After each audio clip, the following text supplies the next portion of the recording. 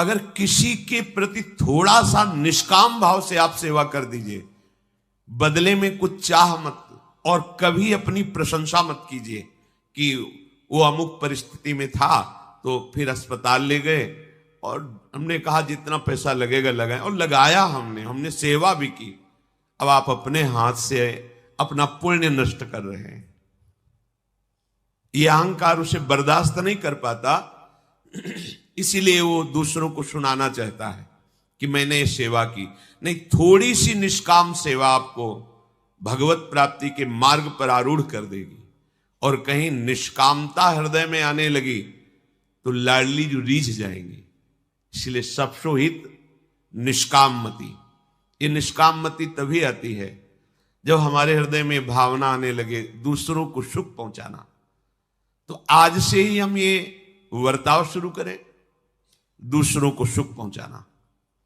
आपके सामने जो भी आए, हमें खोजना नहीं है, जो भी आए हमारे द्वारा उसको सुख पहुंचे, कष्ट ना पहुंचे, ये ध्यान रखने की बात है। क्योंकि हमें दिखाई नहीं दे रहा पर उसमें मेरा प्रभु विराजमान है। चाहे वो चींटी हो, हाथी हो, मनुष्य हो, बुरा स्वभाव वाला हो, अच्छा स्वभाव वाला हो, पर प्रभु सब में समान भाव से विराजमान है। सच्ची मानिए, इससे बड़ा कोई पुण्य नहीं है, पाप नष्ट करने का इससे बड़ा कोई उपाय नहीं है।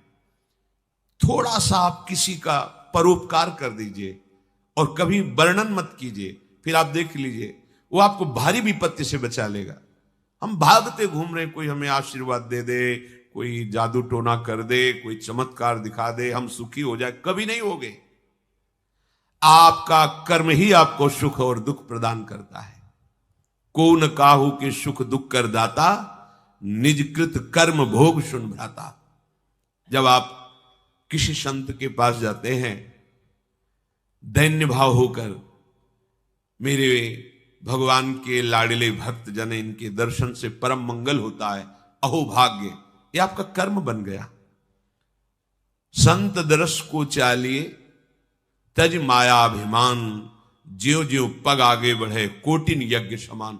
वो आपका कर्म आपको सुख ही दी, किसी का आशीर्वाद नहीं कर रहा। आप दैन्य भाव से, भगवत भाव से गए, वो बोले ना बोले, आशीर्वाद दे ना दे, आपका एक कर्म आपको सुख प्रदान कर देगा। यदि हम सुख का रहस्य समझ जाएं तो कभी दुख भोगना ना पड़े। सुख प्राप्ति का एकमात्र रहस्य है, तुम किसी को दुख मत पहुंचाओ तो तुम्हें कभी दुख नहीं मिलेगा। पर हमारी कुबुद्धि दूसरों को दुखी करके सुखी होने वाली बात है हमारे अंदर। दूसरों का छीन करके सुख हम सुखी हो जाए, कभी नहीं हो सकते, कभी नहीं हो सकते। परहित सरिस धर्म नहीं भाई, पर पीड़ा सम नहीं अधमाई। यदि हम दूसरों को दुख देते, इससे बड़ा कोई पाप नहीं है, और दूसरों को सुख देने की भावना कर ले, इससे बड़ा कोई धर्म नहीं है। कर्मयोग का सबसे बड़ा भाव किसी को दुख ना पहुंचाना। वाणी बहुत संभाल के बोले, कोई पैसा नहीं लगता, प्रिय बोलने में कुछ खर्चा नहीं होता है, आपका मंगल हो जाएगा। वाणी एक अमोल है, जो कोई बोले जान, ये तराजू तौल के तब मुख बाहर आन। बहुत संभाल कर बात कीजिए। बात में इतनी दम है कि अगर आपने उसे कड़ुआ करके बोला तो उसका हृदय दुखी हो जाएगा।